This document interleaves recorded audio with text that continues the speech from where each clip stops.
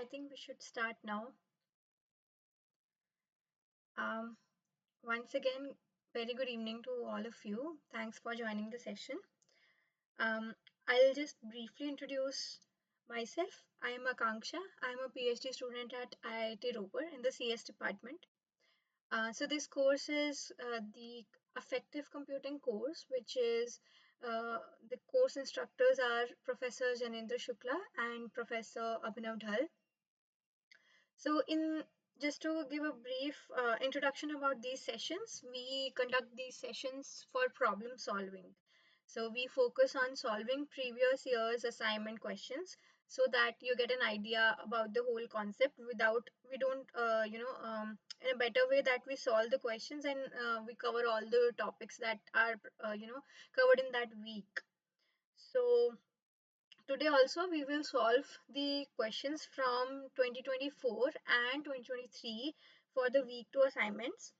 So I hope this session will be useful and you will be able to solve the questions for this year's assignment. Um, if you have any kind of doubt during the session, you may please write your query in the chat box. I keep checking the chat box regularly, and if you really want to ask another like question, you can please feel free to raise a hand and then you can unmute yourself and then ask the question as well. That is also acceptable. um, just in case you feel that you don't understand anything, please mention and I'll be happy to repeat. So this week, before jumping on to the content, let me just summarize when is the exam date. So the exam date for this course is 26th April. So please make sure you keep checking the course page for this information regularly so that if it is by chance updated, then you are up to date. Um, so these are some important dates. Please check them out. Okay, so let's move on to the content covered in this week, which is the emotion theory and the emotional design. So let's start with the first question. This is from the um, this is from the 2024 edition, and also whenever we are discussing a question, I would wait for 1 minute for you all to type the answers in the chat box, and then we can discuss about it and then move on to the right answer. So please respond, and I expect that everybody will participate so that let's make the session interactive rather than just a lecture. So let's start. um, the first question is, when we experience emotions, there are often associated physiological responses in the body. These responses are part of the intricate relationship between the brain, nervous system, and various bodily functions. So, is this statement true or false? I'll just wait for 1 minute. Please write down your answers in the chat box.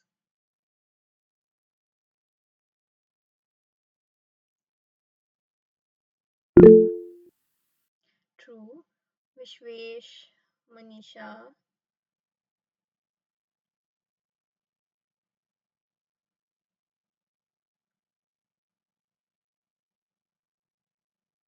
Charani, true. So everybody is saying true. Okay, let's discuss. Um, so we will also discuss very um, in depth. So I would try that I am able to explain everything in detail. So if you still don't have, I mean, if you still have any doubts, you can please tell me and we will discuss it again. So whenever it comes to emotions and physiological responses, what exactly is physiological response is it is a something happening in your body. So your nervous system responds to some kind of stimulus, which is an external factor, something happening around you in your environment.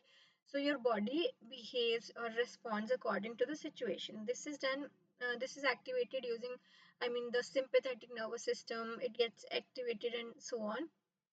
So, emotions are very closely linked to physiological responses in the body, which involve complex interactions between the brain, nervous system, and bodily functions. So, these are some, like, they interact with each other. When we experience emotions, our autonomic nervous system, which is called ANS, is activated, leading to physiological changes. Now, what kind of changes that do we experience whenever we feel some kind of emotion? Let's see. Number one is heart rate changes. For example, if you are experiencing fear or excitement, your heart rate will increase.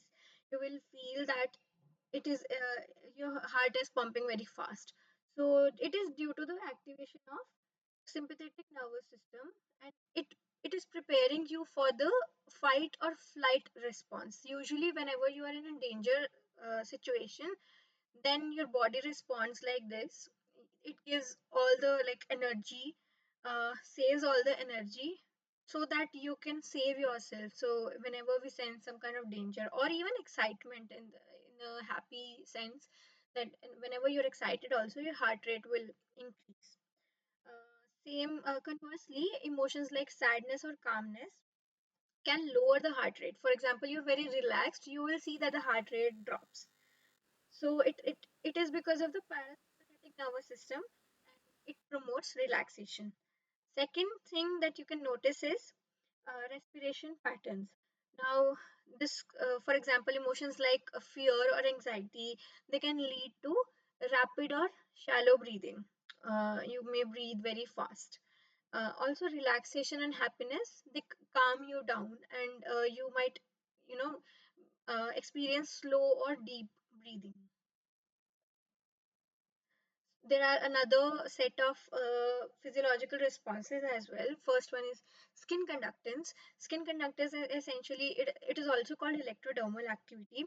Now, whenever you feel fear or you feel excited, then there's a high chance that the the sweat glands in your skin, they get more functional. They are activated, so it produces more sweat, and hence the capacity of your skin to conduct these small electrical signals, it increases. That's how we know that we are experiencing some kind of uh, excitement. So arousal can lead to increased sweating, which affects skin conductance levels. So this is usually used in the lie detectors or emotion recognition systems. Then comes the facial expressions and muscle activity.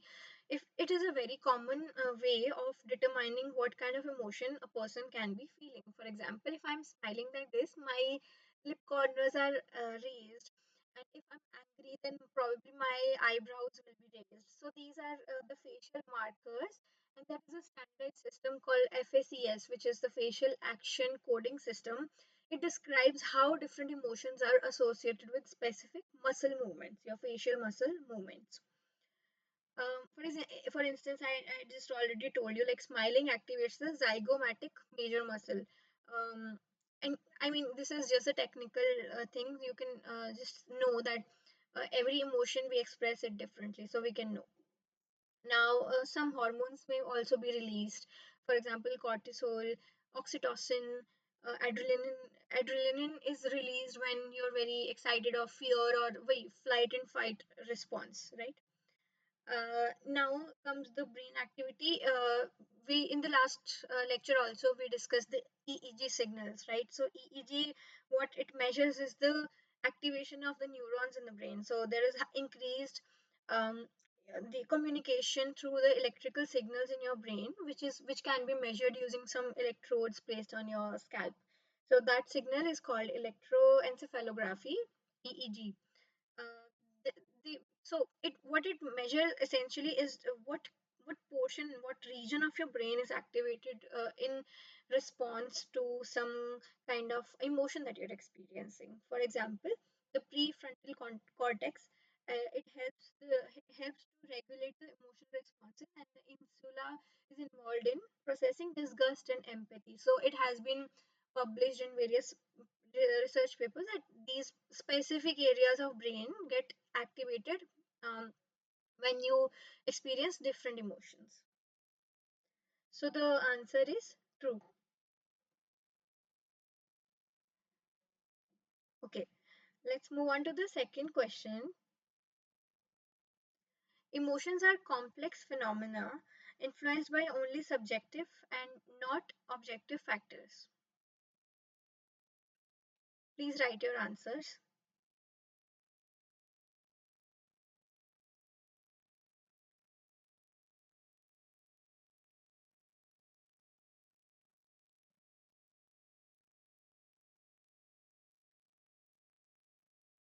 Emotions are complex phenomena influenced by only subjective and not objective factors.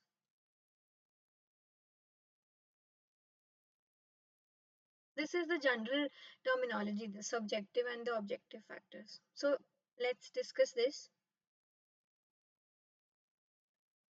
What can be the subjective and objective factors? Emotions are very complex, and it is influenced by both subjective as well as objective factors. Now, what exactly is subjective and objective here?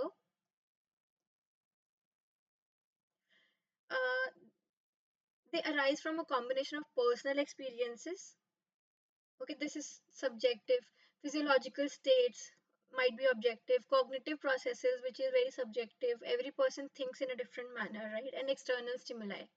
Now, let's discuss about what can be the possible subjective factors. Subjective means it is only related to you.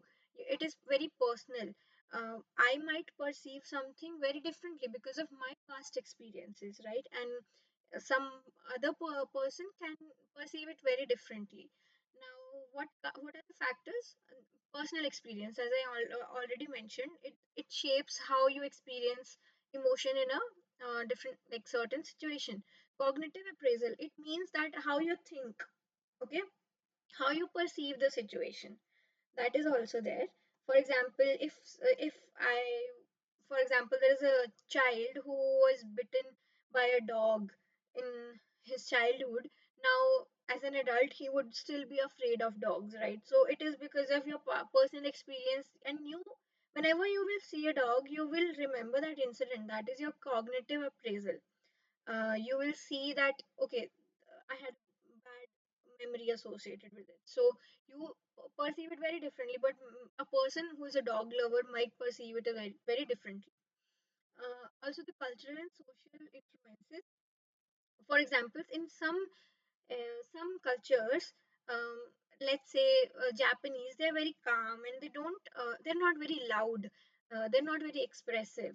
However, when we talk about US, the US in the US, people are more expressive, I would say. So it is very in certain situation, a person might react in a certain way because of how they are, grown up, and what they have seen throughout their life. So this is a cultural factor that influences this thing. And then comes the personality traits. Of course, every person is different. I might think of a situation in a very different manner than you all. So we have these kind of personal traits or subjective factors. However, there are some objective factors as well. For example, some physiological responses. Emotions are linked to physiological responses. Later in this discussion, we will also come across some questions. Um, if I keep my, if I keep a smiling face, it will help me to, it will induce more happier emotions. So that means if any person is smiling, it is a generalized thing that it might introduce a happy emotion. So this is not person specific, it is very general thing. So that is why it comes under the objective factors. Then there is neurochemical changes. For example, if a person is experiencing high levels of low levels of serotonin, then they might be depressed because this is the hormone related to that thing. So if if suppose person A and person B, they have both have lower levels of serotonin, then it might be the case that both might be suffering from depression. So it is a cause of depression, you can say. This is an objective factor. Same goes for environmental stimuli, loud noises or some external factors. They may also induce some kind of fear. And facial expressions and body language, these are also general characteristics that we observe. And facial feedback is the most common way of perceiving what the other person might be feeling, right? Smiling can make you feel happier, for example. So they influence. So this is some of the objective factors. So the question was whether it is only influenced by subjective and not objective factors. It is false because it is influenced by both. Okay, third question. How is the mind body connection characterized in the context of emotions and physiological responses? Is it a unidirectional communication or a bidirectional communication, exclusively brain driven or independent processes? Please write your answers in the chat box. Manisha says C. Vishwesh is saying B.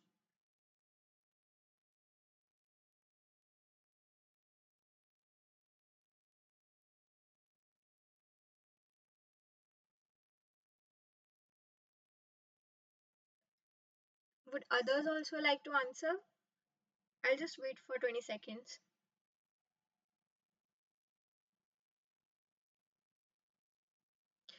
This subject is very intuitive, so it's mostly theory. So we will have to have these kind of discussions only. We don't have anything to solve numerically. So that's why I wanted you all to listen to the content very carefully and also respond, because otherwise you will get bored. So let's make it a bit interactive. Okay, Sasi Prabha is saying B. Okay, let's discuss this. Okay. Okay, what exactly is mind body connection here in the context of emotions? So, in the context of emotions and physiological responses, it is bidirectional. That means it goes both ways. If your mind is, triggering something, then your body will behave certain way, and if your body is triggering something, then your mind will respond that way. That means brain influences body, and the body in turn also influences the brain. So this is a bidirectional process. Brain to body influence. Let's talk about the first part, which is the top down process.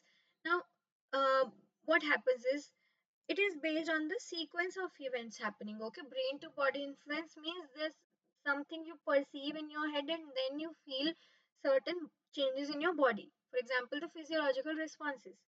Um, First is sympathetic nervous system. It activates the flight or fight response or fight or flight response. It leads to increased heart rate, respiration, stress hormone release. So the first part is to, like, the sympathetic nervous system is getting activated and then you are experiencing increase in heart rate, right? Then comes the parasympathetic. It activates the rest or digest response. It promotes the relaxation and lowering the heart rate. That means, firstly, the nervous system is working, and then you are experiencing these changes in your body. Just to give an example, if we are experiencing fear or stress, this amygdala in your brain, it processes it, and then it triggers a stress response. It then it triggers the increased heart rate, sweating and muscle tension. And if you're feeling happy or calm, then it the prefrontal cortex, it stimulates the body, in the sense that it makes your body more relaxed, slower breathing, lower blood pressure, etc. So first the nervous system is responding, and then after that you're feeling the physiological responses. Then comes the body to brain influence. Okay, which is, you can say, the bottom up process. Physiological changes. Is there anything where you you are feeling like higher heart rate, and then you are you're experiencing, oh, I am feeling fear. So is it also like that? Definitely. That is the body to brain influence. For example, the brain actually what it does is it monitors your body state regularly. That's how it knows. Also, I read it somewhere. How do we know that we are feeling hungry? Because your brain constantly monitors it. And in case of this emotion related thing, you can say, for example, there is something called gut brain axis. The microbes in your gut, they also affect your mood and emotional regulation, because they produce serotonin, which is produced in your gut. So that is why they say it is very important to take care of your gut health. If your gut health is not fine, Saurabh Bindal is saying, please provide the PPT of lectures only, transcript is available. Um, are you talking about this presentation, or are you talking about the original course lectures? Sorry.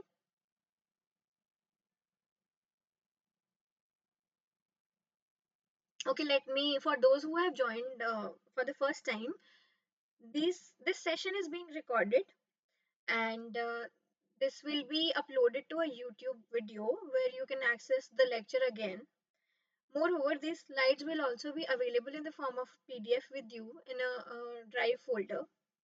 So you can go check it out later as well, because if you want to revise, then you can go through it at your own pace.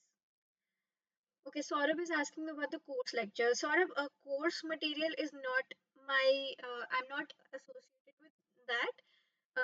If you have any queries or any thing regarding the actual course material, you should post it on the discussion forum. I'm sure there is some kind of discussion forum, and or you can email on the support, so they would be able to provide you with the content if it is available. But for what I am associated with, I can only upload these slides because I'm not directly associated with the course. Right, I'm not handling that part.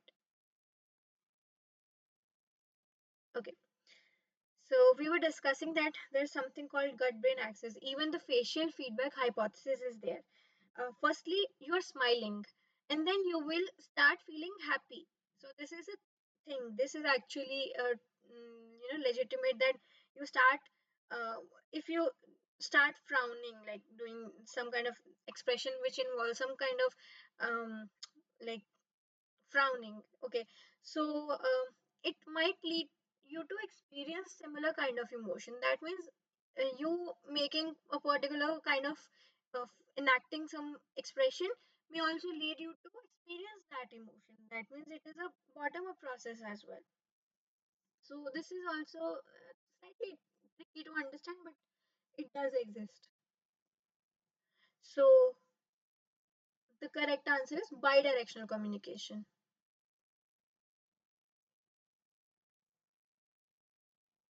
Next question is, when the brain perceives a threat and experiences stress, it can trigger physiological changes in the body, such as increased heart rate and the release of stress hormones. True or false? Very, very simple. Now we've discussed this. Please write your answers. Anchal, Vishwesh, Vishal, all are saying true.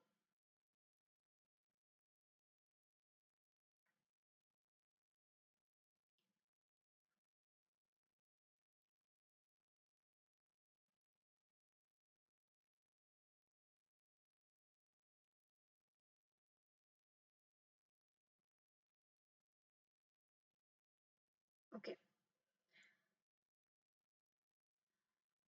So this is a truth. We've already discussed this, that whenever the brain perceives a kind of a stimulus or any kind of a threat, then it triggers the physiological stress response to prepare the body for action, uh, releasing certain kind of hormones or increasing your heart rate or increasing the blood supply. It might help you to give, concentrate the energy on particular part of your body. For example, your legs need more energy. If you sense fear, for there is some kind of wild animal and you spot that wild animal, you will experience fear. Now what will be the reaction of your body? It will induce some kind of increased blood supply in your legs, and so that it should be, you should feel more energetic, and flight or fight response should be activated by the sympathetic nervous system, and you will decide, I want to run away. So you will be able to run away with all your energy, being utilized there. So that is how our brain manages the distribution of energy during the an event of stress. So that all is regulated by brain. Now, brain's role in stress perception is, there are different components, as I have already mentioned. Amygdala is there, hypothalamus is there. So different regions of the brain correspond to different kind of, they're activated on during different kind of stimulus that you experience. Physiological changes might be adrenaline, sorry, cortisol. So these kind of, or maybe the blood sugar metabolism, it might reduce the digestion or metabolism. It might slow down so that your energy is concentrated. You can utilize your energy in a better place. So yeah, these kind of changes can result in heart rate increase, blood pressure, rapid breathing, sweating, pupil dilation. That's also there. So this is easy question. True. Let's jump on to the next one. What is a significant factor contributing to individual variability in emotional responses? First, is it the cognitive appraisal, cultural influences, personal experiences, or all of the above?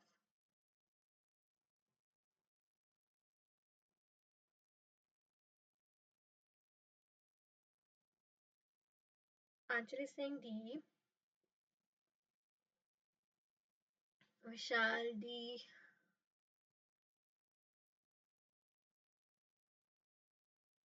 Vishwesh D.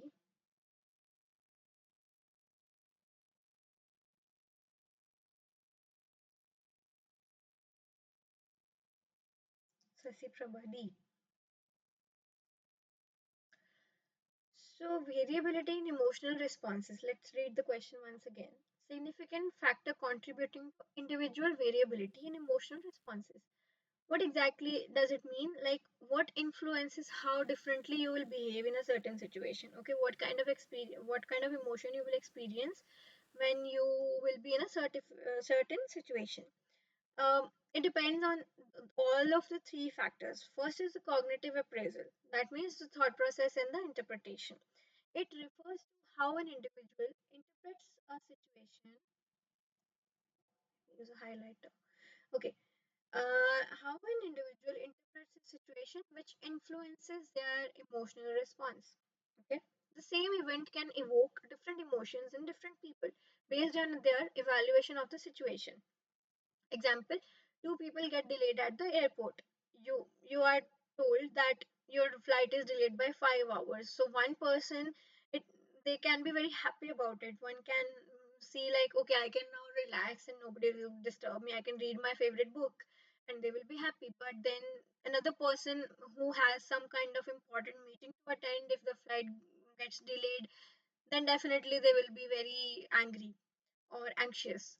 uh, there is a theory called Lazarus appraisal theory. It suggests that emotions depend on how we assess a situation as harmful, beneficial, or neutral.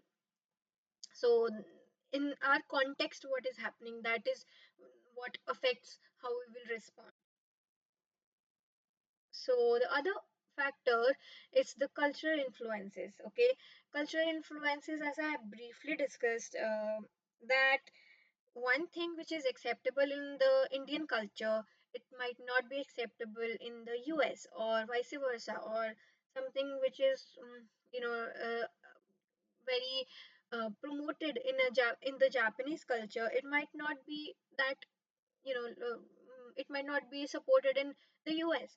So you can see there are a lot of cultural differences which impact how we will behave in a given situation.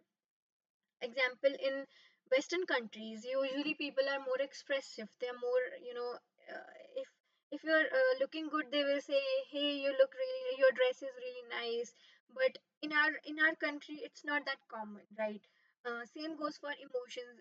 They're more expressive in the terms, if they feel bad, they will cry or they will express. But in our East Asian or these Asian subcontinent, we don't like to be so much expressive, right? So yeah, I mean, there are differences which impact how you will behave. In Japan, people tend to mask the negative emotions because somehow they're also associated with weakness, right? If you are crying, then somebody might think that he's weak. But in the US, it might be you know perceived as a symbol of very being very expressive. So these kind of factors also influence. The third is the personal experiences. Same, if something has happened during my childhood, I will be remembering that whenever I will see the similar kind of stimulus, right? Let's take the dog example again. If a person has been bitten by a dog while they were a child, then there is a high chance that they won't prefer being around dogs. They will have certain kind of phobia or fear or anxiety. They can experience anxiety while whenever a dog is around. But see, on the other hand, a person with a good they had a pet dog and they are animal lovers, so they might feel really really happy, and it might feel therapeutic, and they might feel relaxed. So same situation, but two different people, because of their personal experiences, they are experiencing different kind of emotion.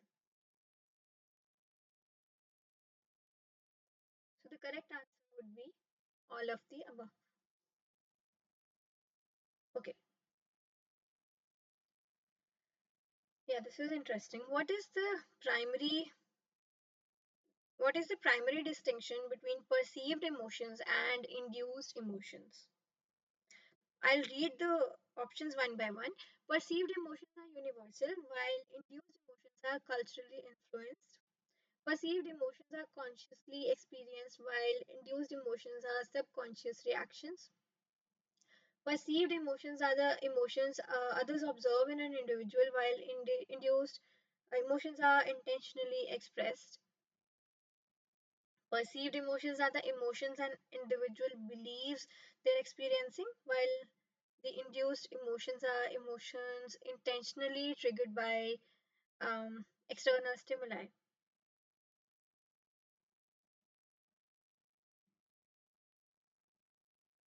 Okay, Anchal says B, C, D. Okay,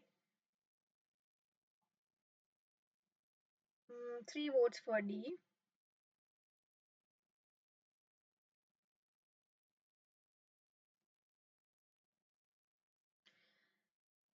Okay, what exactly is the perceived? This is a very confusing topic, I would say, because perceived, what is perceived emotion, what is induced emotion? I was also very confused when I read about this. But uh, let's discuss this in detail. So perceived emotion is something that you perceive a situation, and then you tell yourself, like, I'm experiencing this kind of emotion. Okay, there are emotions that an individual believes that they are experiencing. They are based on self awareness or interpretation, sorry, self awareness, interpretation, and cognitive appraisal of an event. If someone watches a sad movie, of course, it is the, you know, you might, you know that you're watching a sad movie, so you will probably experience sad emotions, or you might feel nostalgic based on your emotional appraisal or cognitive appraisal. And if a person is receiving praise from a colleague, then they might perceive happiness or pride depending on their interpretation, right? So usually the context is self-reporting, what you are feeling. This is perceived emotion. Something is happening, and then you know that, okay, this is a sad movie, and then you know that you're feeling sad. This is the perceived emotion. But whenever, like, it comes into picture whenever there is self reporting. If I ask you, about how did you feel about this movie, while watching this movie, were you emotional? Then you will say, yeah, I felt sad for the main character. So you felt sad, you know it, that you felt sad, you think that you are sad. So important in self reporting. Now comes the induced emotions. Induced is the emotion which is triggered by some external stimuli. So they are deliberately triggered by external factors such as music, movies, social interactions, or artificial stimuli. If you are not feeling well, and you want to feel better, maybe you will play your favorite song and then you will start feeling, it might induce relaxation or motivation. Some This is a, like, real example. What I do is, when I cannot focus, I put on some kind of music. It relaxes my mind and then I can focus better. And so this is what I'm doing to induce relaxation. Horror movies use suspenseful music to induce the fear, right? And video games can induce excitement based on the background music or gameplay or how it is designed. So in especially when there is AI and human interaction, emotion based interaction, there are agents or robots, other interfaces which are emotionally intelligent. Emotionally intelligent means they can sense what you exactly are feeling, and then they can respond accordingly. So this is mostly, this is related to the emotion based AI interaction. So this is the induced emotion. So the correct difference between the two would be, okay, let's just see what they exactly are used.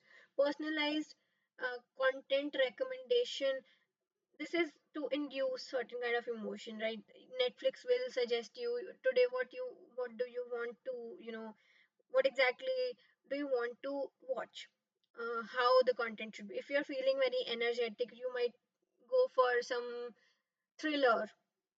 If you want to relax, then it might be a soft romantic movie or rom-com or comedy. So these kind of personalized recommendations can be there. Then there is therapeutic interventions. If you are not mentally well, you have some mental health issues, then in therapy, the therapist can, you know try to put on some music which might induce some kind of relaxation, in the case of patients suffering from anxiety. Now there comes the human robot interaction, chatbots, and they're recognizing whether the user is experiencing stress or frustration. So this is the, like, perceived versus induced frustration. So this is the major difference. So answer is D.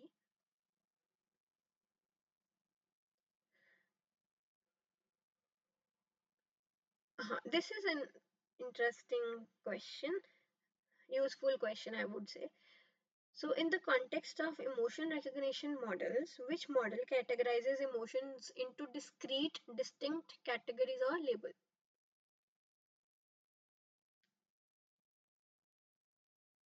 Please write your answers.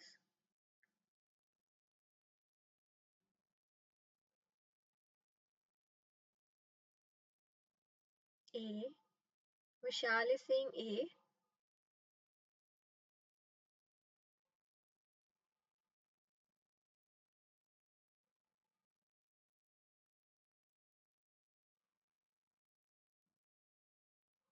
Manisha says A. Sasi Prabha says no idea.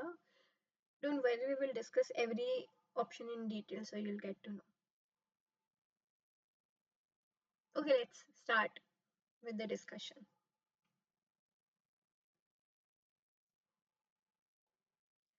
So let's discuss the first model, which is called the categorical model, which is the discrete emotion model. Now, as the name suggests, it means categorical. Categorical means it has certain categories defined. There are some categories well defined. It can categorize human emotions based on different theoretical frameworks. Among them, the categorical model classifies emotions into discrete, distinct categories or labels. Now, how many categories do we have? It depends on what kind of model you're following. There have been some suggestions by the researchers. So, one very famous is Paul Ekman's basic emotions. So, he defined six categories.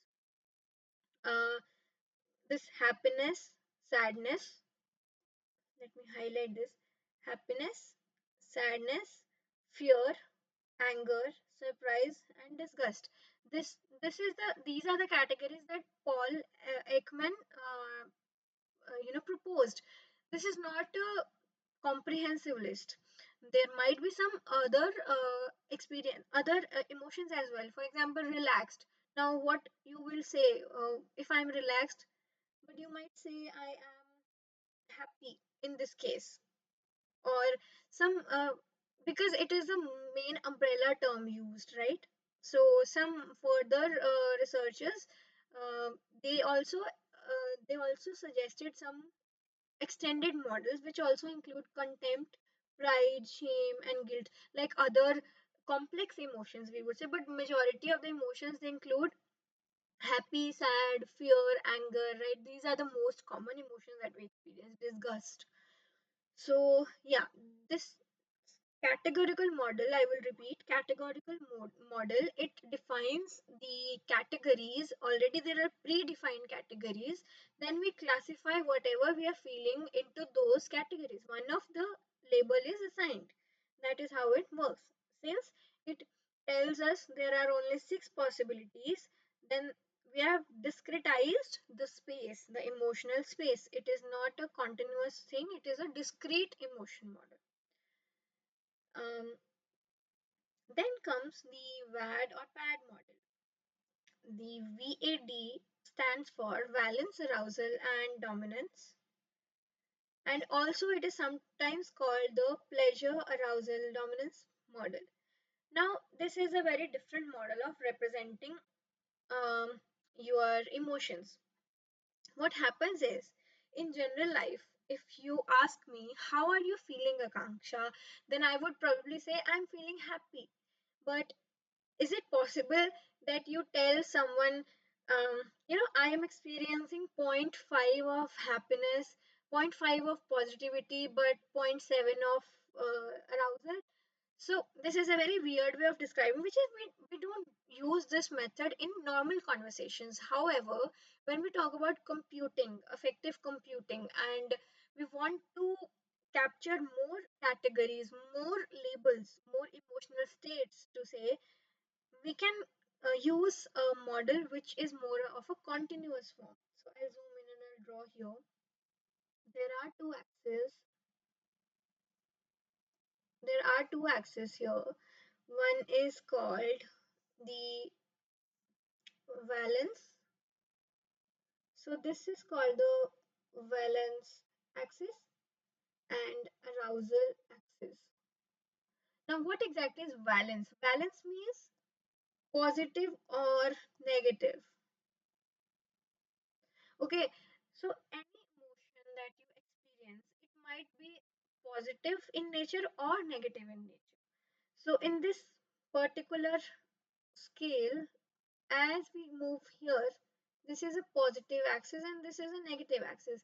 This is high arousal and this is low arousal. If I am feeling some kind of emotion, we can represent the emotion in the form of a point here, which will kind of have a certain coordinates. For example, this is zero point 0.7 and this might be zero point 0.3. So my emotion will be represented by 0.7, 0.3, and I can somehow guess that it is a positive emotion, but it is also very, arousal. Uh, it is very exciting. So I might be surprised in a good way. So that is one possibility. And similarly, we will see in the diagram we have. But just to give an idea, this is how we represent our emotions. So the valence component, as I discussed, the valence component tells us how pleasant or unpleasant an emotion is. Pleasant emotions are happiness, relaxation, content, um, what else? Negative can be fear, anger, disgust, right? Um, Other emotions can be what? Happiness, sadness, right? Sadness is, of course, negative. So, happiness, excitement, love, sadness, fear, anger, they have different valence value. Arousal, it measures how energetic you feel. Like, do you feel high energy or low energy during an emotion, during experiencing an emotion? High arousal states include anger, excitement, anxiety. Now, what is the difference between anxiety and excitement?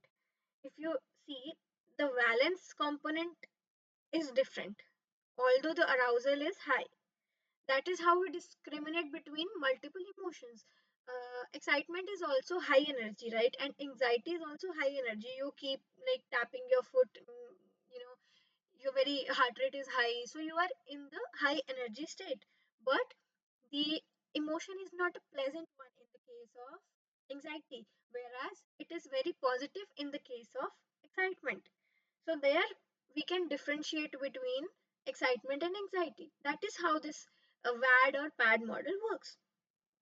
Currently, I have discussed the valence arousal scale. There is another dimension. If you want to represent the points in 3D, three dimension, then the third Z axis, it can be taken as the dominance. We will see later how it is able to differentiate. So dominance, it means that how controlling or submissiveness, how much submissiveness you're feeling, you're experiencing during the emotional experience. High dominance is confidence. You feel empowered, right? You feel confident, you feel control, you have that control. But in the case of fear or helplessness, you don't have that control, you're more of a submissive state. So this is the summary of this valence and arousal, VAD or PAD, you can say, model. Second option is the third option is the universal model. Universal model is like not a representation, I would say. It builds on the idea that certain basic emotions are innate and universally recognized. For example, happiness, regardless of culture, language, or background. This is the basis of this Ekman's theory of six basic emotions. If you if you say happy, so happy is usually if a person is smiling. In every culture, they might think that the person is happy, right? Um, that is the whole idea behind this categorical model, because you can say whether a person lives in the US, whether a person lives in uh, Africa, or a person lives in Asia, they will also, if they are smiling, that means they are happy. So that is universal. So that is why he could categorize these emotions into universally acceptable six categories. Okay, this is the just the this is just the assumption behind the categorical model. It's not another model. So the other model is called the dynamic model. That means emotions are not static. They are very fluid and they change over time rather than being fixed categories or static measurements. Um, so it focuses on how emotions by context, personal experiences, and interactions over time. Now, this is not required for we're not going to discuss much about dynamic model, but the main focus would be the first two categories, which is which is the categorical model, and the second one is a very important model, which is the VAD model. So here, let's read the question once again. In the context of emotional recognition model, which model categorizes the emotion into distinct categories or labels? The answer is categorical. How does the okay, next question. How does the categorical model differ from the dimensional model in representing emotions? I hope the difference between categorical model and VAD model is clear to all. If you not understanding the difference, please let me know. I will repeat. So the categorical model focuses on intensity, while the dimensional model focuses on discrete categories. Is it true or false? Second is the categorical model organizes emotions into distinct categories, while the dimensional model represents along continuous dimensions. The third option is the categorical model only considers universal emotions, while the dimensional model considers culturally specific emotions. The categorical model and the dimensional model are synonymous. B, B,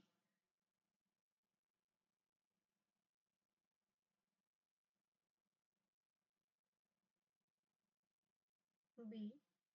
Okay, everyone is saying B, which is true. Which we just discussed this thing that it focuses more on like intensity, while the dimensional. Okay, this first statement is incorrect. That is written. This is incorrect, right? Incorrect. This is the statement one. Don't get confused. No, this is incorrect. Now this is correct. B option is correct. Because we know that the categorical groups emotions into fixed labels: happiness, sadness, fear, disgust, anger, while the dimensional model it maps emotions along the continuous axis, right? The third statement is the categorical model only considers universal emotions.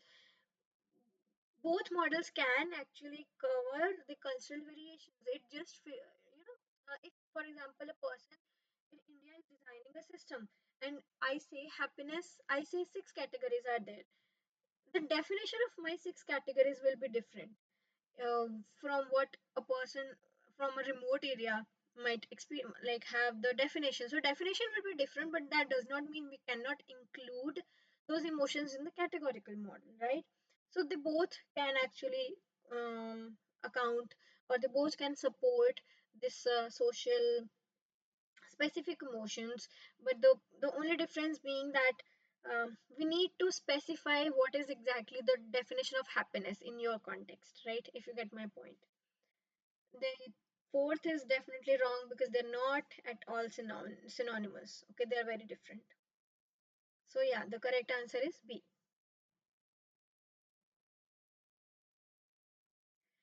Now, ninth question is higher skin conductance levels are commonly found in individuals experiencing fear.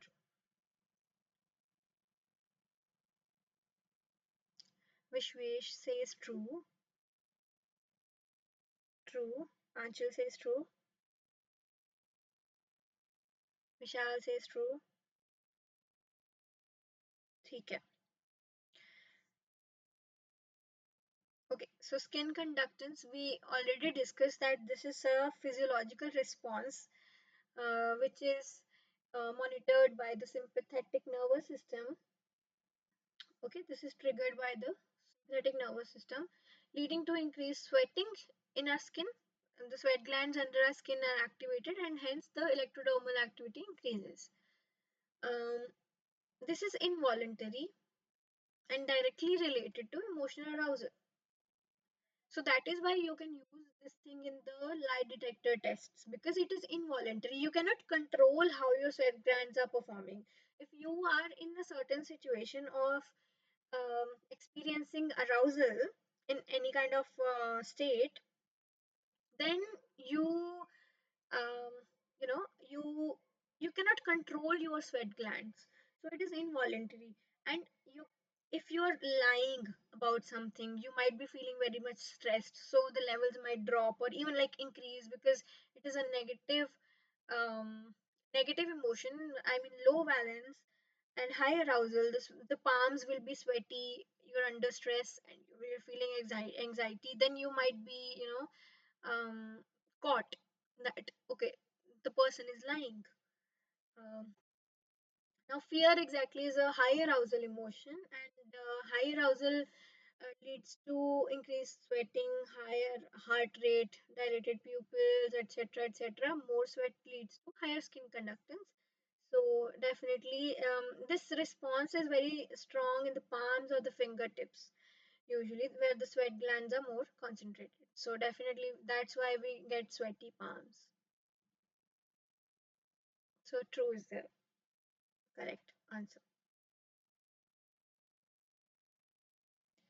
In the circumplex model, a state of relaxation is considered by high arousal and positive valence. Is it true? I want everyone to answer this question. Four of you, please try to attempt, because these kind of questions are actually very interesting and important.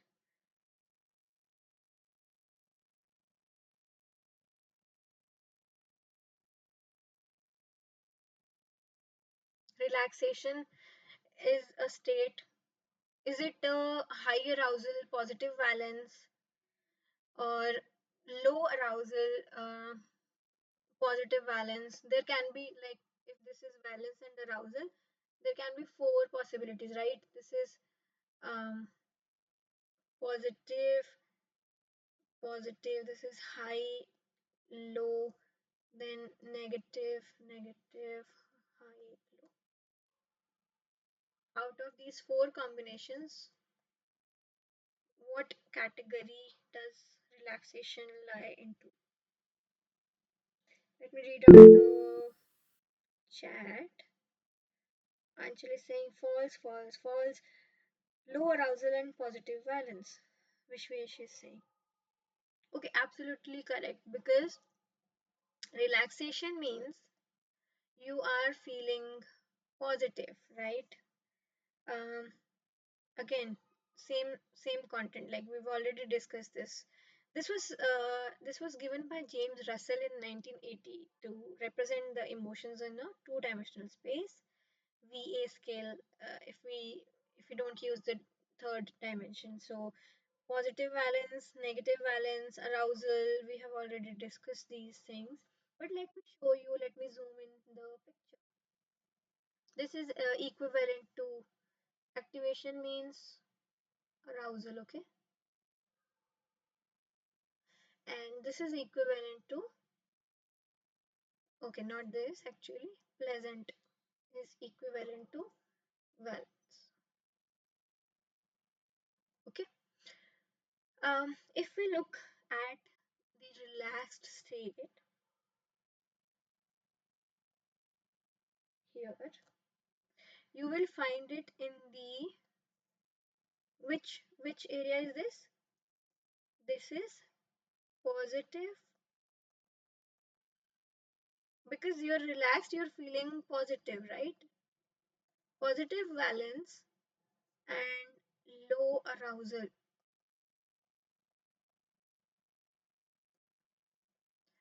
because you're more on the calmer side, less arousal.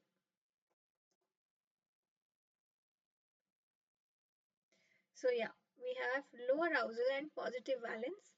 It is a pleasant experience, but it is a calm state, so it is low in arousal. So it is located here in the bottom right quadrant.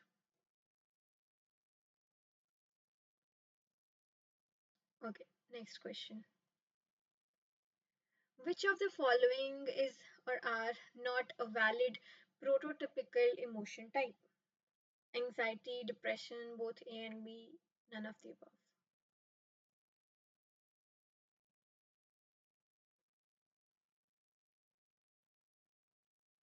Please try to answer.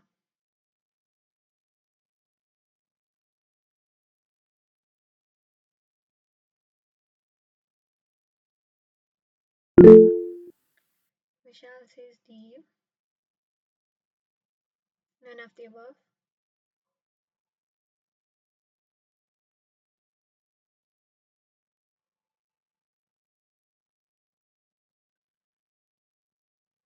Sasi Prabha says C.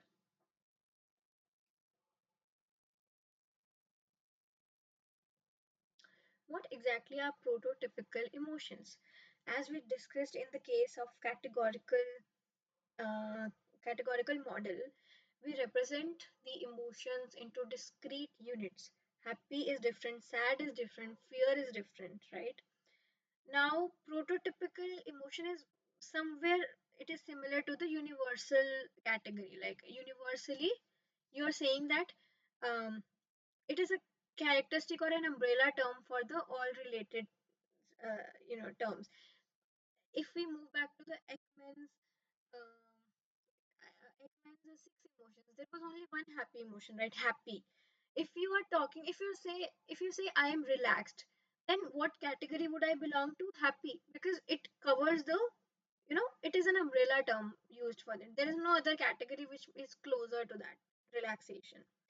Similarly, prototypical is something that represents the whole related um, experiences.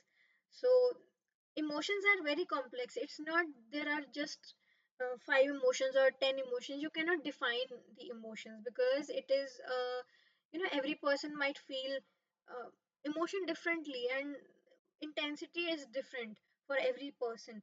So the prototypical emotion refers to a typical or characteristic example of a specific emotional experience that is considered to be representative of particular emotion category. Just read that again and you will understand. Now, this is the universal characteristics and expressions that are recognizable across different cultures. So, psychologist Paul Ekman, for example, identified a set of basic emotions that he argued are universally expressed and recognized by people around the world. So, basic emotions are also called prototypical emotions because they capture the core features of each emotional category. Okay. Example include happiness, sadness, fear, anger, disgust, surprise. We already discussed there are six categories that Paul Ekman initially proposed. There are some other works that they extend these categories to other like calm or other emotional states. So anxiety and depression, as the question asks us, they're complex emotional states, and they are characterized by specific patterns of thoughts, feeling, and behaviors. And usually they are discussed in the context of mental health, and we generally don't use these kind of categories in our classification systems, or we don't talk about them, but definitely they can be recognized as distinct emotional categories. So this becomes true. That means both are valid prototypical emotions. This is also valid, and depression is also a valid category. Although in the Paul Ekman nomenclature or the categories, it doesn't, it's not included, but it still can be considered as a different category.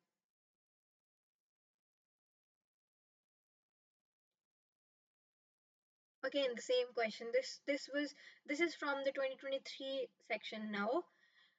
Um, Relaxed state of mind can be identified in a circumplex model as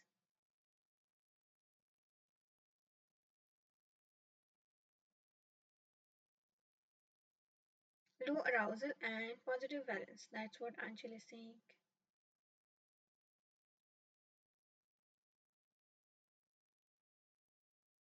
Okay, everyone is saying D.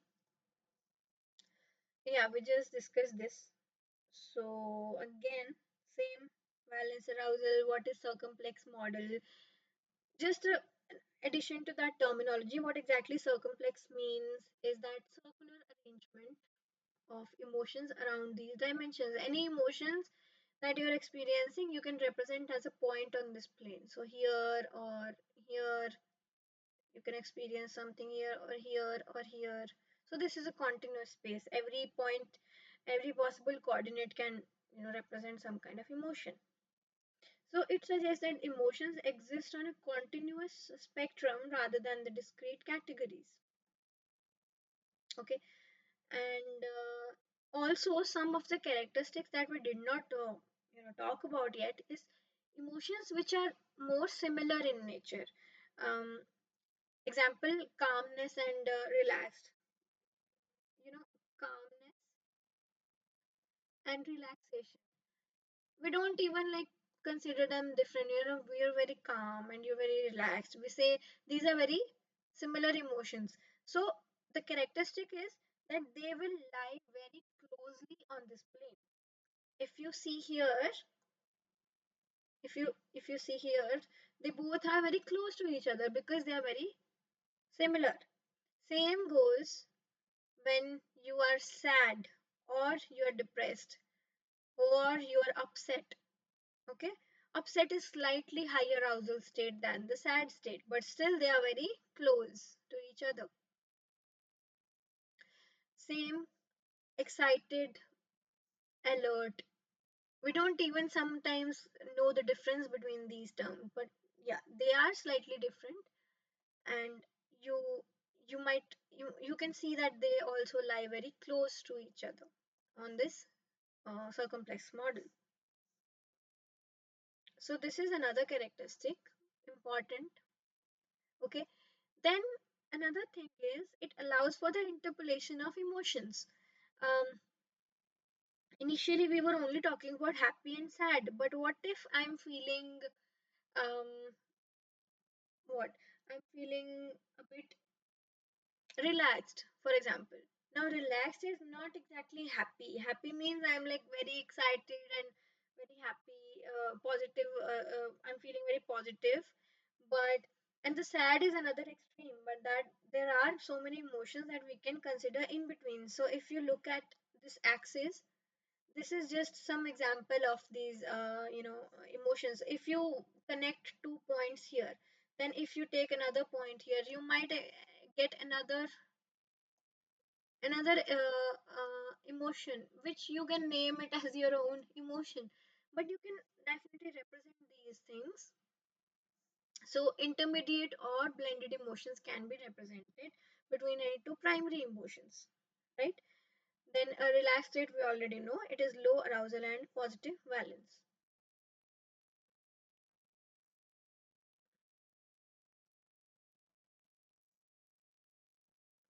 Okay, which of the following statements is not correct?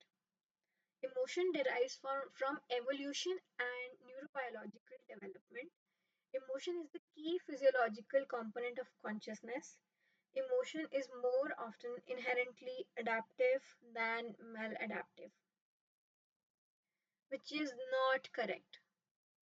Now, in the previous lecture, also we discussed this briefly that affective computing, it is a mixture of multiple domains. Number one is CS for the sensors, then signal processing. If you are processing those EEG signals or other kind of signal sensing and then processing, right? After that, we need to understand what exactly happy means, what exactly sad means. So we also borrow concepts from psychology. This is more of a psychology related question. How emotions were developed, how they were conceived in human brain and everything. So let's discuss this. This is slightly tricky, so I'm directly um, jumping on to the discussion part. So let's look at the statement number one, which is emotion derives from evolution and neurobiological development. If we talk about the evolution and neurobiological, let's discuss this one by one. Firstly, evolutionary perspective. If you talk about the evolution, every organism, they if they experience some kind of emotion, if they experience danger, for example, it should have induced fear. It promotes the survival instinct. If humans were being evolved, there was some species of monkeys, for example, they knew that there is something dangerous in front of me. Slowly, the brain learned how to, you know, process this in the form of in the form of fear, so that they can run away, they can save their lives. If they did not, they did not experience any kind of emotion, then the possibility of their survival would have been very less. they would not even have survived, right? So emotions are believed to have evolved because they provided adaptive advantages for survival and reproduction. Let's see some examples. Fear may have evolved to prompt individuals to avoid potential threats. If there is anything happening in front of you, you spot a wild animal, you spot a potential threat that might be harmful to you, you feel that emotion, then you respond in a way to save yourself. But this instinct definitely helped to move on to generation by generation, and then the species also got evolved. Joy may have evolved to strengthen social bonds. Now when people, when the concept of this society came, initially there were not many people, they started uh, interacting with their environment, with each other, then this feeling of joy must have evolved because they would have felt good talking to their peers, and somehow that triggered a sense of harmony and peace, and uh, the cooperation and the group survival instincts might have been promoted. The second point is the neurobiological development perspective. Neurobiological means as our nervous system got developed, then we learned how to then we learned how to experience different emotions, which is absolutely true. As the human brain evolved, and then as the nervous system evolved, we developed sympathetic nervous system, parasympathetic nervous system. These two systems are, the working is in such a way that whenever there is a stimulus, then they respond, they get activated, and then they respond accordingly. Okay. Now, uh, that is like the basis of this neurobiological development. Emotions are closely tied to neural processes, definitely, and specific brain regions and neurotransmitter systems are implicated in generation and regulation of emotions. Studies have identified that the brain structures, these prefrontal cortex and these systems are being involved in emotional processing. So as the brain evolved, the capacity of humans to experience the emotions also developed. So statement one is correct. Coming on to statement number two. Emotion is the key psychological component of consciousness. Consciousness refers to the state of being aware and able to think about your own existence. And emotions can influence how individuals perceive and interpret the world around them.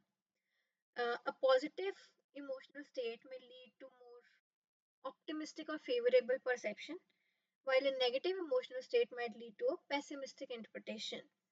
So, definitely, emotion is the psychological component of consciousness. Consciousness is your, like, you can say that your mental state is good. You are more of a happy person, then you will see things in an optimistic manner. And same goes uh, vice versa. If you are more stressed always, and then it's high possibility that you might experience the negative emotions more, right? So emotion is the key psychological component of consciousness. This is also true. Then emotion is more often inherently adaptive than maladaptive. If you look at them closely, adaptive and maladaptive, they are opposite of each other, right? So adaptive means that any emotion that enhances the chances of survival, reproduction, and overall fitness. So fear in response to a threat is adaptive because it promotes behaviors that increase the likelihood of avoiding harm. Then maladaptive means it hinders the chances of survival, reproduction. Excessive anxiety in situations may be maladaptive. If you're feeling anxious, it won't be in your favor, right? So it can interfere with your daily functioning and quality of life. So in context of evolution and natural selection, adaptive traits are more likely to be passed on to future generations because they contribute to an organism's ability to thrive in its environment. So Just to summarize, that good, happy emotions, which are also responsible or which are, assisting in your survival, they are more likely to be passed on to generation by generation. If there is certain emotion that is, limiting you, that is not making you grow, then there is less chance that it will be passed on to the next generation, because we only, the evolution is like that, we only go ahead with the good things, right? Better enhancements. So we don't want something that hinders us. So which is not correct. None of the above, because every statement we discussed is correct. Okay. Which of the following statements is the representation of James Lange emotional theory? Emotions are caused by the physiological responses to a stressor. One experiences the emotion and physiological response at the same time. Both physiological responses and cognitive appraisal of the situation leads to emotion. After being exposed to a stressor, one appraises the threat, then feels the emotions, followed by the physiological responses. Please take a minute to read the question. I know I just read it very fast. You please take a minute, try to answer. If you're aware of this term, James Lange emotional theory, we will discuss this after a minute. But please go through it. What exactly they want to say.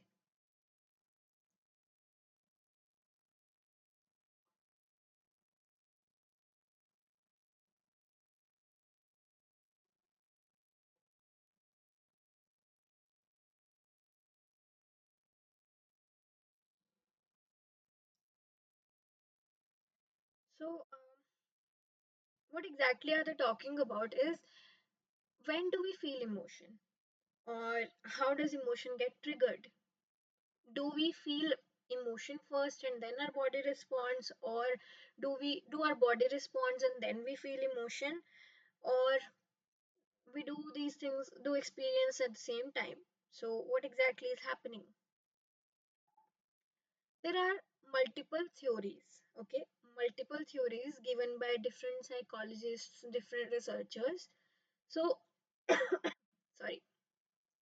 Number one is the classical idea of the emotional processing, which is common sense, what we all believe.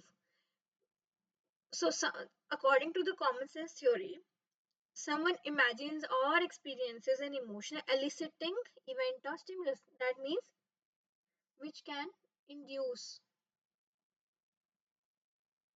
which can induce an emotion. Okay, maybe watching a horror movie. You are watching something which might trigger fear in you, right? So the first step is someone imagines or experiences an emotion eliciting event or stimulus. Second is, then they experience that emotion. You will watch a horror movie, you will feel fear, a state of fear. Then your body will respond accordingly. Your heart rate will increase, you will start sweating. This is the order, right? According to the common sense theory or the classical idea of emotional processing. Example, the person would hear and see the dog bark, and maybe the dog is running towards you. आपको बहुत डर लगेगा. You will feel frightened, right? Then you will experience an emotion, you will experience fear. After that, when you experience fear, then you respond in like that manner, in response to that emotion.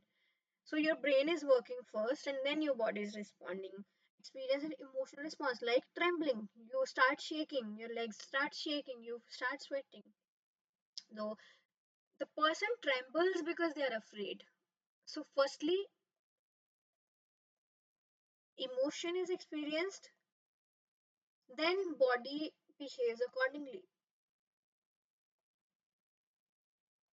right? This is the common sense theory. Now coming to the James Lange theory of emotion, it says the opposite. It says that of course the emotion eliciting event or stimulus will be the first thing, right? But then it tells us that we firstly experience a increase in heart rate. So firstly, physiological reaction is there, and then since your brain checks that, oh, my heart rate is increased, my palms are sweaty, that means I am feeling fear. So firstly, you will hear the dog and tremble, then your brain will process this, brain will check the body state, and after that brain will tell you that I experience fear. So it's the, like, if the order is 1 2 3 in the common sense theory, then here it is 1 3 2. Okay,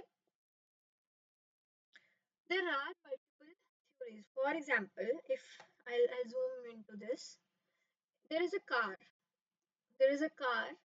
You see a car is coming in front of you exactly, and you're just applying the brakes. What will happen is, on seeing the car, according to the mm, common sense theory we already discussed, right? The James Lange theory, what they will say is your heart will start, your heart rate will be very high. After that, the brain will sense my heart rate is very high. Then you will see I'm experiencing fear. There is another theory which is called Cannon-Barr theory. According to Cannon-Barr theory, both things happen at the same time. And then there is another theory called, I don't know how to pronounce it, but this Singer two-factor theory. Let's call it two-factor theory. They will say that firstly, your body will experience some changes, some physiological changes. Your brain will say, I am afraid, and then you know uh, it's not like the cognitive appraisal is coming into picture here. They will say, okay, in this situation it is meant to be more a threat to me, so I should be afraid. Now this, when your brain thinks I should be afraid, then you experience fear. So this is different theories that are associated with emotions. So the in our case, the question asks about the James Lange emotional theory. Let's read the options one by one. Emotions are caused by the physiological responses to a stressor. Emotions are caused by the physiological responses, which is correct in the James Lange theory. Second option is one experiences the emotion and physiological response at the same time. Which theory is this? This is the Cannon-Barr theory. I'll write it down. The option B is,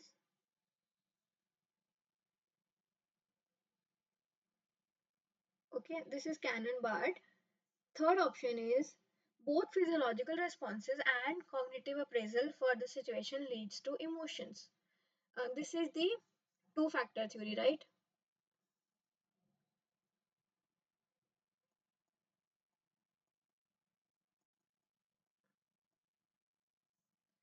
Then comes after being exposed to a stressor, which means the dog barking at you, one appraises a threat, then feels the emotion followed by the physiological response. This is the common sense theory,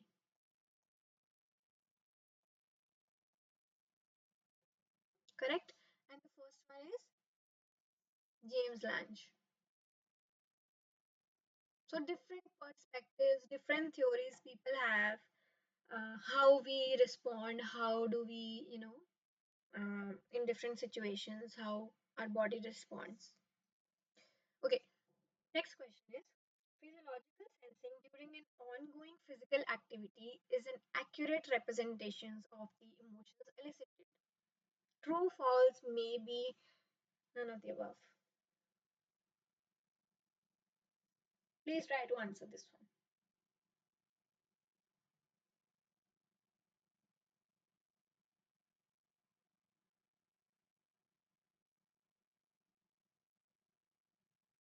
Physiological sensing, that means measuring your heart rate or so, or brain activity. Anjali is saying maybe. During an ongoing physical activity is an accurate representation of the emotions elicited. Vishal is also saying C.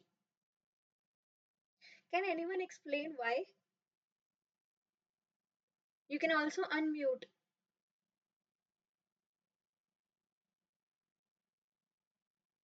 or if you want to write the answer in the chat box, then you're also, you can do that.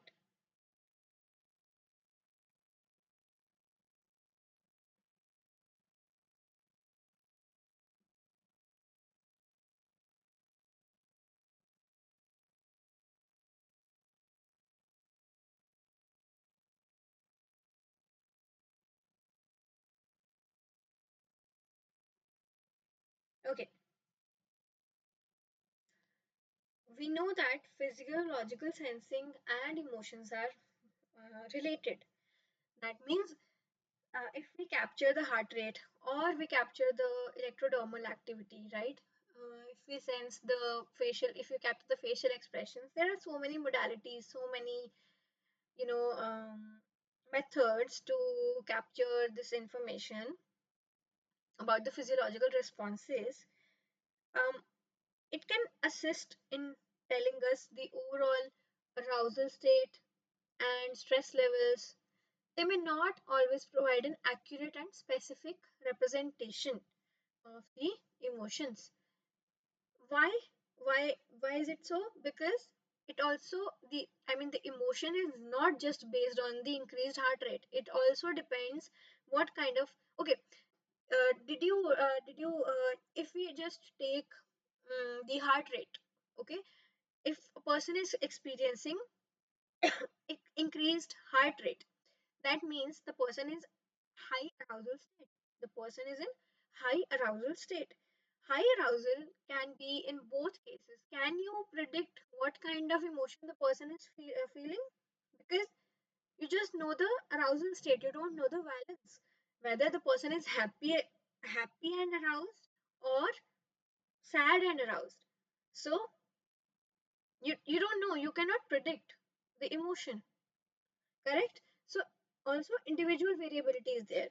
Maybe my body is like that, my heart rate is usually increased, or past experiences like that, so my baseline is like different from maybe Anchal and me both go and we have our heart rate measurements taken, and we might be like on a different scale, you can say, because baseline my initial heart rate might be higher than Anchal, and then you cannot say that which one is experiencing which kind of emotion, right?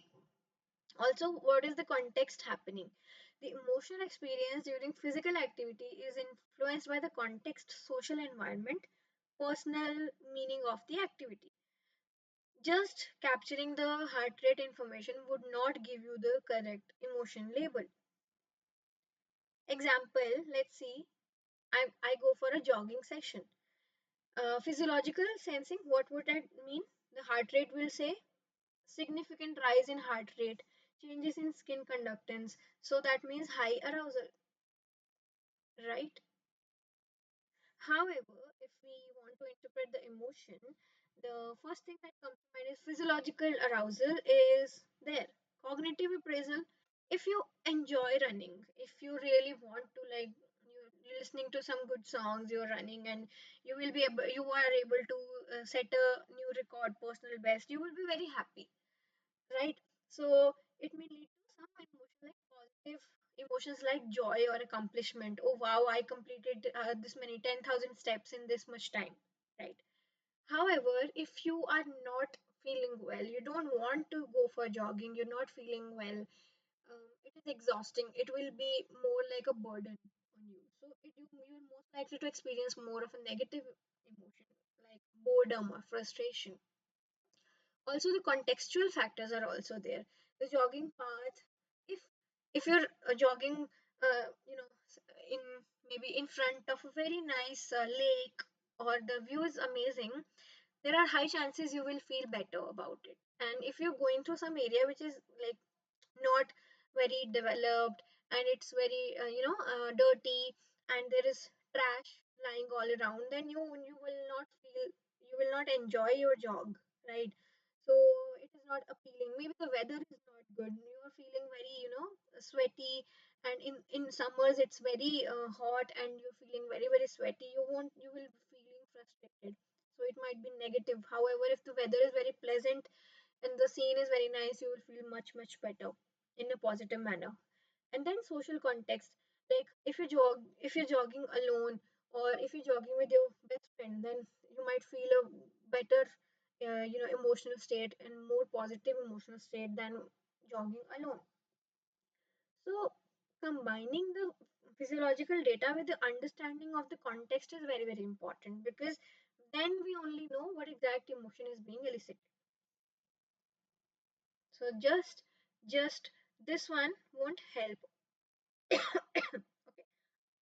Sorry. Hmm. This is more of a factual question.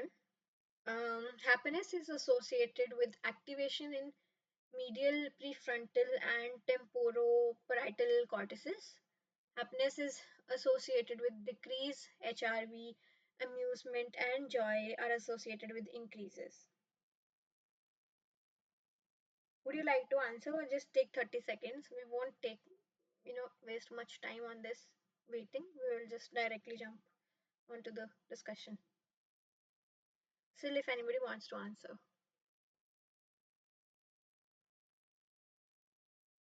B.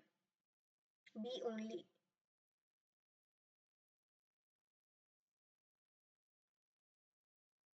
Please explain A option.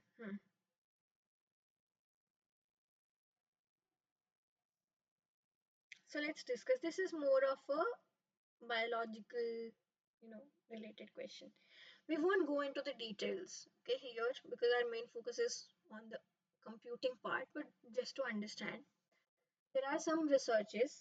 They have observed when you are experiencing a certain kind of emotion, let's say happiness, what what region of your brain gets activated. They studied different signals on different patients or person. Then they observed a pattern which you know they say that happiness is usually associated with the medial prefrontal and the temporal parietal cortices. Now if I zoom into this is the medial prefrontal cortex, this region, purple shade. Then comes there is another prefrontal cortex. So another region is also there, which is the temporal parietal cortices, right? So this is the temporal lobe and parietal lobe, and the junction is activated when you feel happy emotion. This area and this area, and this area. Uh, these areas get excited or activated, you can say, when you are feeling happy. So more brain activity. What exactly is brain activity? Brain consists of millions, billions of neurons, right? When something is happening in your brain, how do the neurons communicate? They communicate through electrical signals, correct? And more brain activity is observed in these regions. And left prefrontal cortex is also activated during a positive emotion. Prefrontal cortex is again the बिल्कुल front वाला हिस्सा, the front part of your brain. Then comes HRV. HRV, what exactly is HRV? Is heart rate variability. So the variation in the time interval between consecutive heartbeats. Say this is first H1 heartbeat. I'm like talking about the heartbeat. This is the first. This is the second. Then comes the third. Then this is the fourth, and so on. So the distance between this distance, the time actually, not the distance. So suppose this takes T1, T2, T3, and T4, and so on. This difference, if it is very high, then usually when you're experiencing happiness, uh, the variation in the time interval between consecutive heartbeats, this is called the HRV again. It is measured to beat changes in heart rate and reflects the autonomic nervous system's influence on heart's rhythm. Now, uh, in this research, Krebig et al. In 2010, they found out that happiness is usually associated with decreased heart rate variability. Amusement and joy are associated with increased heart rate variability. So, decreased variability means the the heartbeat is more regular, you can say. Variability is low, that means it is more consistent. And in case of amusement and joy, you're more excited, more aroused, right? So in case of that, the variability is high. That means T1, T2, T3 might be very different from each other, correct? So this is just the fact based information. So um, both statements are correct. Let me just read it out again. Which of the following is about happiness is correct? So first is happiness is associated with activation in medial prefrontal and temporoparietal cortices. We just saw that in the medial prefrontal and the temporal parietal cortices, happiness definitely influences these activity in these regions. Second is happiness is associated with decreased HRV. Amusement and joy are associated with increases. So both statements are correct. Okay. Huh. Next question is slightly different. This is new terminology here. Assume you are you see a new car which is driving down the street and you instantly fall in love with it. Which of the following design levels can explain this type of behavior? Is it reflective, visceral, behavioral, or none of the above? Behavioral. Okay.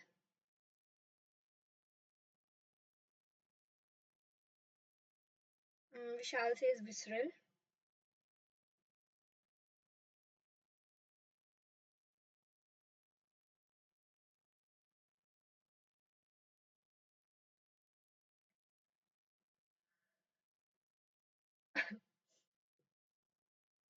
Vishwesh say visceral. Okay. There are three levels of these design levels. First one is called the reflective design level, visceral design level, and then behavioral design level. Um, yeah, exactly, Vishal, exactly. Now the question is, um, you see something and then you feel something, right? Whenever you look at something for the first time, it is just the initial expression. It is just the first impression, you can say, that is associated with the visceral design level. Let's discuss these all three terms in detail. The first is reflective design level. It involves the cognitive and reflective aspects of the design. Relates to users' thoughts, feelings, and perceptions about the product based on their experience and understanding. That means you have used that thing for a while now. You are telling something on the basis of um, your experience, right? Your experience, how your experience has been with the product, then you will say that, okay, this is what I think about it. That is called the reflective design level. And this level comes into play after more extended interaction with the product. Then comes the visceral design level. It pertains to the initial, immediate, and often emotional reactions to a design. Initial, right? Whenever you looked at the car, you felt, wow, this is such a stunning car. Now, that is the visceral level. It involves the aesthetics because in whenever you just look at something, you will look at the outer physical characteristics, correct? You will look at the aesthetics, how good looking that car is, or the visual appeal and the sensory impact of a product. You look at Thar, you will feel, wow, this is such an amazing SUV. You look at some other car, maybe Ferrari, you will see, wow, this is such an amazing sports car. But then you need to understand, like, this is just the what do we call it? This is just a first impression. You don't know how comfortable that car actually is to ride. right? So then comes the behavioral design level. It deals with the usability, functionality, and user interactions with the product. Focuses on how design facilitates the user's action and behavior. So behavioral mostly deals with the practicality in terms of practicality. Um, Suppose there is a car which where the windows open like from the front, right? From front to back, but it is not very practical. It is very annoying, right? It is not very practical. So you can say that this thing that you have some standards in your mind, right? Like this should be the use case according to my application. Is the thing um, good enough? That is the behavioral design level. So, falling in love with a car at first sight, it is a visceral response where the design's visual and sensory elements evoke an immediate emotional reaction. Correct? What would have been a reflective design level that I have used? For example, I own an Alto, so I am very connected with that car because that car is very nice and it gives good mileage. I have used the car. Um, I have used the car very much, and still it is you know uh, working really well.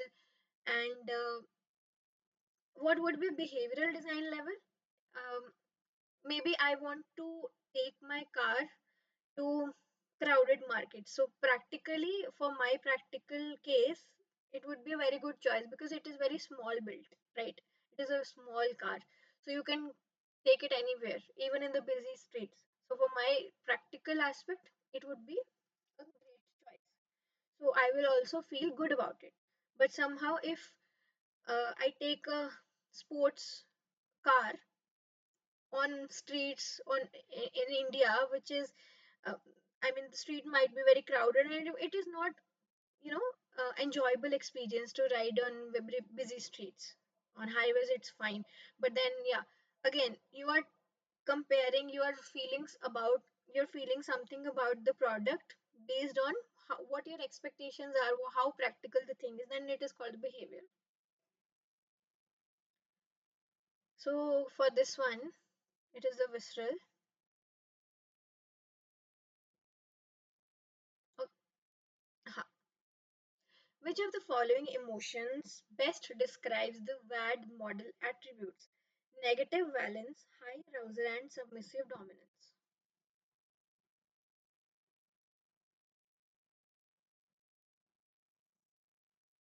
Take a moment, try to answer this.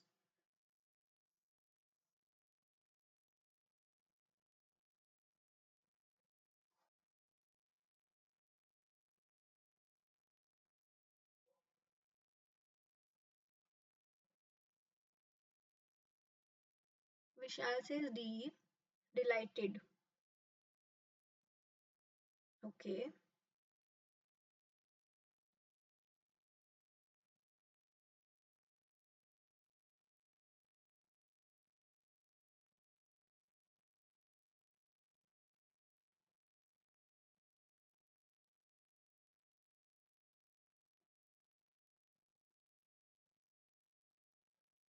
Anyone else? Anshul says B, which way says fear? A. Okay, there are three different options that we have. Let's see. Let's see. Um, Let me create a table for this three dimensions: balance, arousal, and dominance, right? For all these emotions, let's see.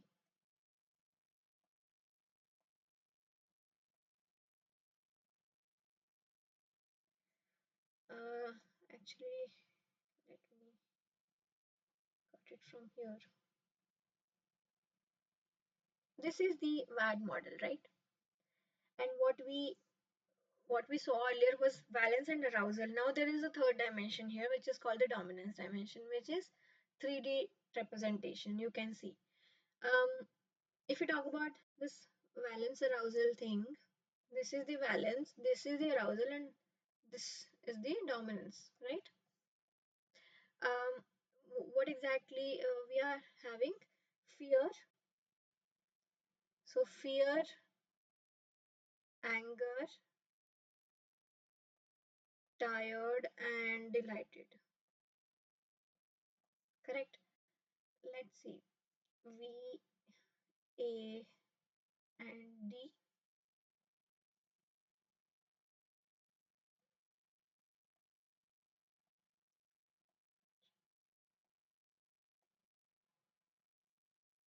This is fear, anger, tired, and delighted. So, in the case of fear, we have positive valence or negative valence.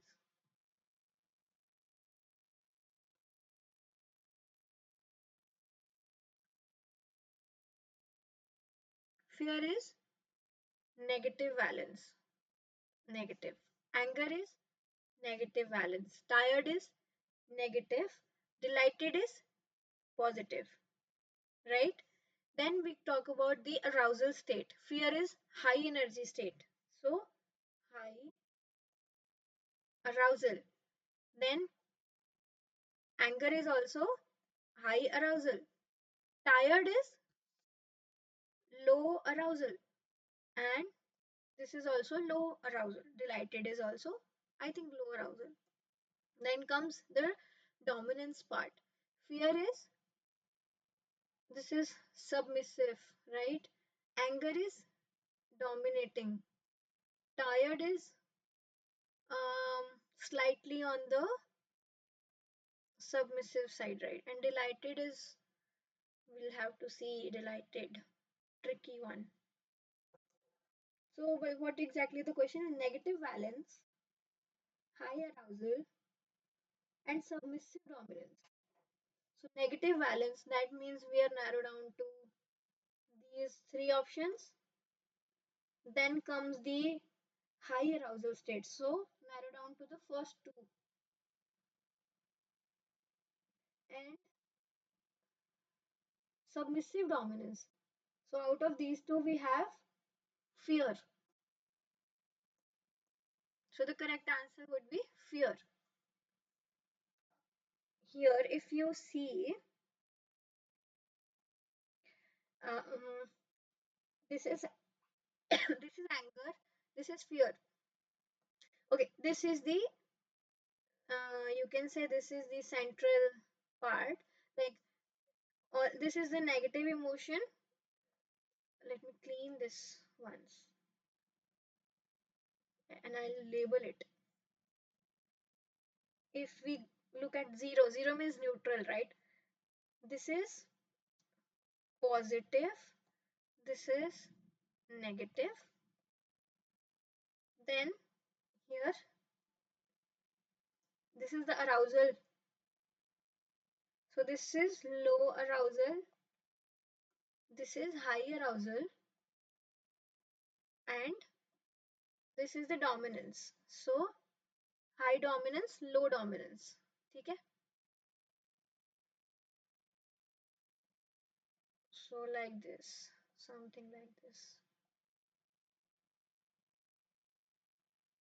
And this is dominance, this is more of a submissive, right? Now if you see here,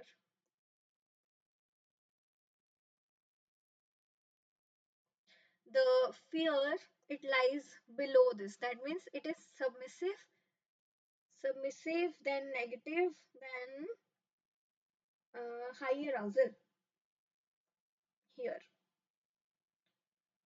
right? And this is anger. Oh, this is fear actually.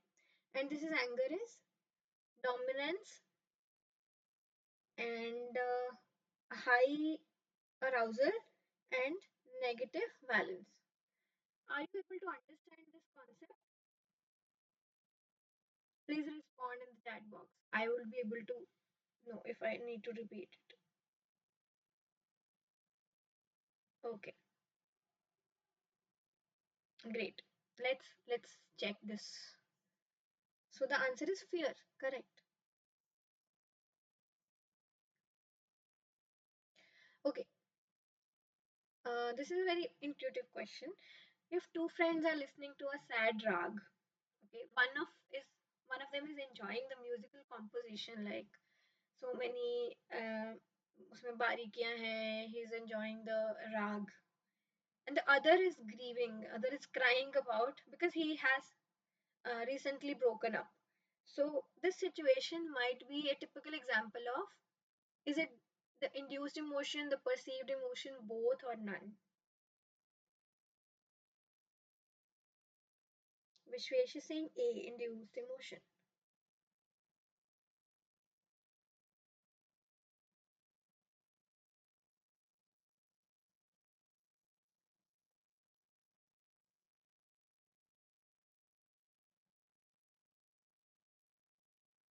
Okay, as we already discussed this, induced versus perceived emotion is, induced is the elicitation or generation of emotions from within an individual,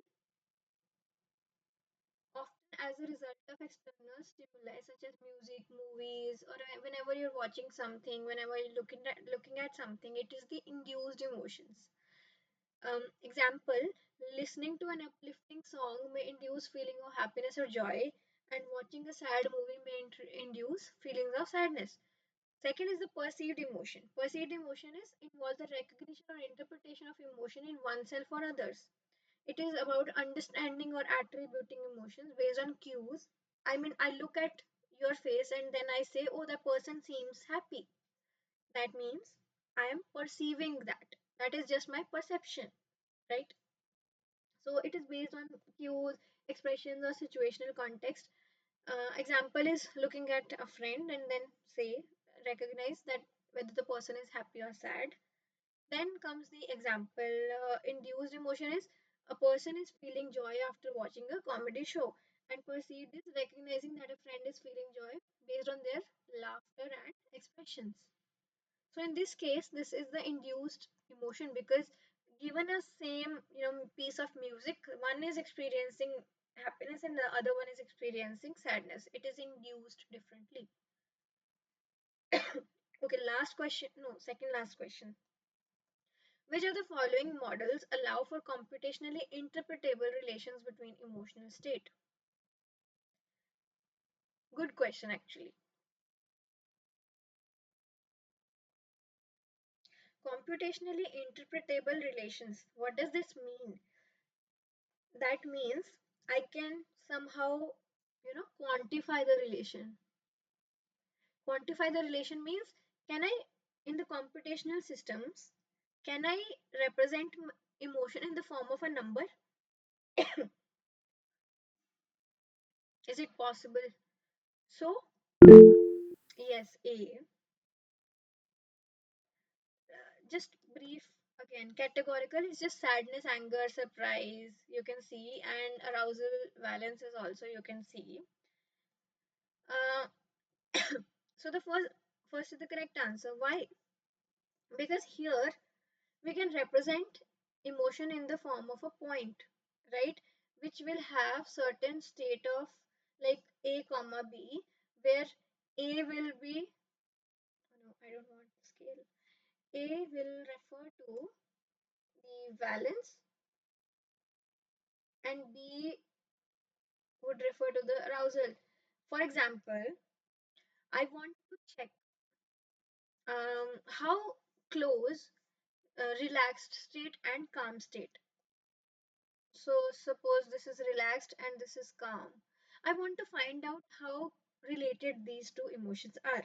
So what we can do is, let's say relaxed is somewhere, um, it lies on the this quadrant, right? So this might be 5 comma 6 comma uh, minus 5 or minus 6, like that. Okay, just an example, not the exact numbers. Now can you check out, can you subtract and find out the difference, relaxed minus calm? So it will be like 1 comma 1, right? Matlab there is only one difference of only one, like magnitude wise, right? So what exactly is 1 comma 1? Matlab you can interpret that these the difference between these two states are very less. However, if you want to see the difference between this disgust and relaxed, so disgust lies in a different um, quadrant na, so it will be negative balance na, so this will be minus 6, let's say, and disgust is high arousal. So high arousal means positive value. Maybe this is this. And if you subtract these values, this will be 11 comma 11. Can you imagine the difference between these two is very high and difference between relaxed and calm is very low. That means you can interpret these emotions somehow numerically. And this, whenever there is computation involved, computer only understands the numbers, right? And we want to figure out how well discriminatory these emotions are, or we want to represent these in the form of some numeric data. Now this dimensional model, this allows us to represent in the form of coordinates or numeric data. That's why this model allow for computationally interpretable relations between the emotional states. Got it? Okay, last question. Which of the following can better discriminate between fear and anger? VA model, circumplex model, VAD model, both A and B. Easy one now. We have already discussed. Please write your answers. C, B. Vishal, why C? Okay, let's discuss this. What is the difference between VA and circumplex? They are same, right? No difference. VA means valence arousal. Both A and B, you're saying. Vishal is saying both A and B. Okay, let's still discuss this. Okay. Uh, let's say V and A. If we want to use circumplex and VA model are same, right? No doubt about that. Circumplex is a representation, VA just valence and arousal, same thing. If you want to see fear and anger, now fear is negative valence, positive valence, what? Negative valence, right? So this is fear and this is anger.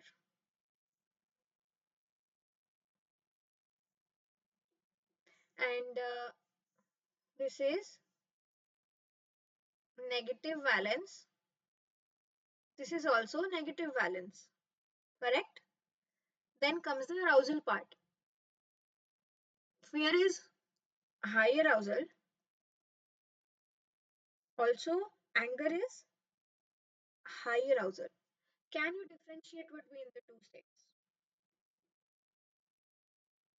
No, because both have exact same values for valence and arousal. That is when we need the third dimension D, which is the dominance. If I add that dimension, then you will see fear is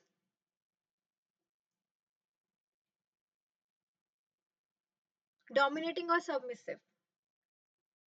It is submissive. Whereas anger is you have more control, more sense of like more control, right? This is more dominating. That is when you're able to distinguish between the two emotions, right? That means the correct answer is VAD model. We require three dimensions. That is why we required this set of, because these emotions are very different. Na? Anger and fear are totally different, but if we are just using the two dimensions, you will only be able to, you won't be able to discriminate. I'll put it here. Let's see here, like they both lie here, very close. The only difference is, like we just saw in the previous example, here is the,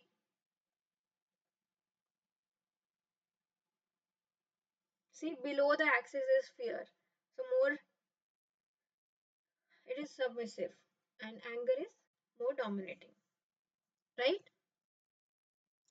And another example can be confident and content. Here, if you look, content is somewhere here, and confident is also nearby because confidence is also low arousal, um, but positive balance, right? Um, but the dominance is there. Dominance, how does it differ? Content is lower control, more submissive, and confident is you take the control, so more dominant. That is where the difference lies. So the correct answer is VAD, right? Okay, this was the last question for today, and we have live sessions. I think Vishwesh also joined the last session, right? If I'm not wrong. So happy to see you again. I wish uh, more people will join us in the next sessions. And as you know, these sessions will be available. I hope you found the links to the previous session. They are available on YouTube. And also the content, this slides I will share on the Google Drive. So you can check it out there for your reference later. Every Tuesday we will have these sessions 6 to 8. I hope this session was useful. And now if you look back at the lectures, you will be able to understand it in a better way. So if you have any doubts, Vishal, please provide course lecture. Vishal, that is not in my, you know, I don't have the authority for that. I am not associated directly like with the course content itself. I'm more, so my task is this problem solving session. So I don't have the access to the PPTs. So if you want the PPTs, you can please post on the discussion forum or you can mail the support so that if it is available, then you can request them. So I sadly I won't be able to help you with that presentation part.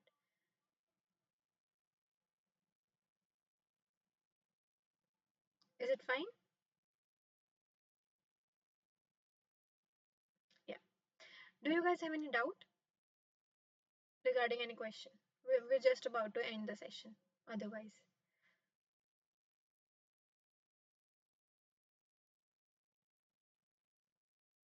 okay. So I assume no doubts. Okay. Thank you so much for joining the session. I'll see you guys in the next session then. Bye.